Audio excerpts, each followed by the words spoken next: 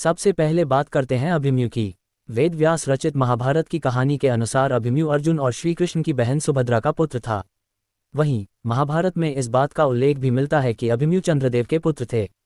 जब श्री कृष्ण अवतार के साथ सभी देवी देवताओं के अंश धरती पर अवतार ले रहे थे तो चंद्रमा के पुत्र को भी धरती पर आना था, लेकिन चंद्रमा के मोह ने उन्हें अल्पायु बना दिया। असल में श्री कृष्ण जानते थे कि भविष्य में युग प्रवर्तक महाभारत का युद्ध होने वाला है, इसलिए उन्होंने सभी देवताओं से अपने पुत्रों को भेजने का निवेदन किया। श्री कृष्ण की बात सुनकर चंद्रदेव बहुत ही निराश हो गए, लेकिन फिर भी उन्होंने श्री कृष्ण का मान रखते हुए अपने पुत्र को धरती पर भेजने की अनुमति दे दी। लेकिन साथ ही चंद्रदेव ने कहा कि वो अपने पुत्र से ज्यादा समय तक दूर नहीं रह सकते, इसलिए बहुत कम समय के लिए धरती पर भेजेंगे।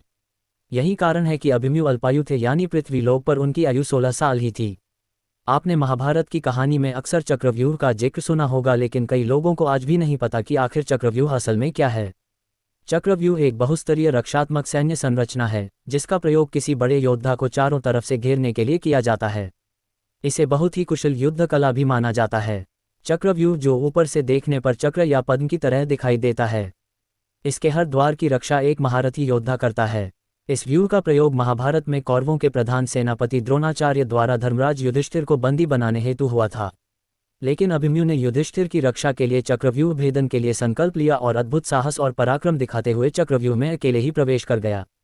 अभिमन्यु साहसपूर्वक चक्रव्यूह में प्रवेश तो कर गए, लेकिन वह चक्रव्यूह से निकल नहीं पाए, क्योंकि उनको व्यूह से निकलने का मार्ग ही पता नहीं था।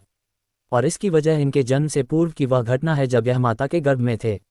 जब अभिमन्यु अपनी मां सुभद्रा के गर्भ में थे तो एक बार अर्जुन ने अपनी पत्नी सुभद्रा को चक्रव्यूह भेदने की कला के बारे में बताया था।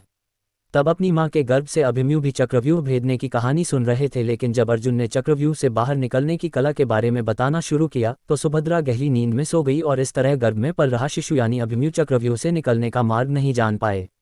कुरुक्षेत्र की रणभूमि पर जब युद्ध शुरू हुआ तो युद्ध के 13वें दिन कौरवों ने पांडवों को फंसाने के उद्देश्य से चक्रव्यूह की रचना की थी।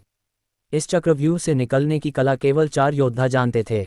ये योद्धा थे श्री कृष्ण, अर्जुन, गुरु द्रोणाचार्य और प्रद्युम्न। युद्ध के दौरान साहसी और पराक्रमी योद्धा अभिमन्यु चक्रव्यूह में प्रवेश कर गए और बहुत ही वीरता के साथ लड़ने लगे। महाभारत की कहानी के अनुसार अभिमन्यु के चक्रव्यूह के 6 चरण पाकर लिए थे, लेकिन आखिरी चरण में अभिमन्यु फंस गए और इसके बाद युद्ध की नीतियों को भुलाते हुए कौरवों ने अभिमन्यु को घेर लिया। महाभारत में अभिमन्यु के वध को बहुत ही कायरतापूर्ण माना जाता है, क्योंकि युद्ध की नीतियों को किनारे रखकर एक योद्धा पर 7 योद्धा हावी हो गए थे और ताबड़तोड़ वार करके अभिमन्यु को मारा गया था। अभिमन्यु को द्रोणाचार्य, दुर्योधन, कर्ण, जयद्रथ, अश्वत्थामा, दुशासन, वृषभसेन और अन्य कौरवों ने मिलकर मार दिया था। इस तरह चक्रव्यूह में फंसकर महाभारत के महान वीर योद्धा अभिमन्यु 16 वर्ष की आयु में इस संसार से विदा हो गए और वीरता की कभी न खत्म होने वाली अमर कहानी लिख गए।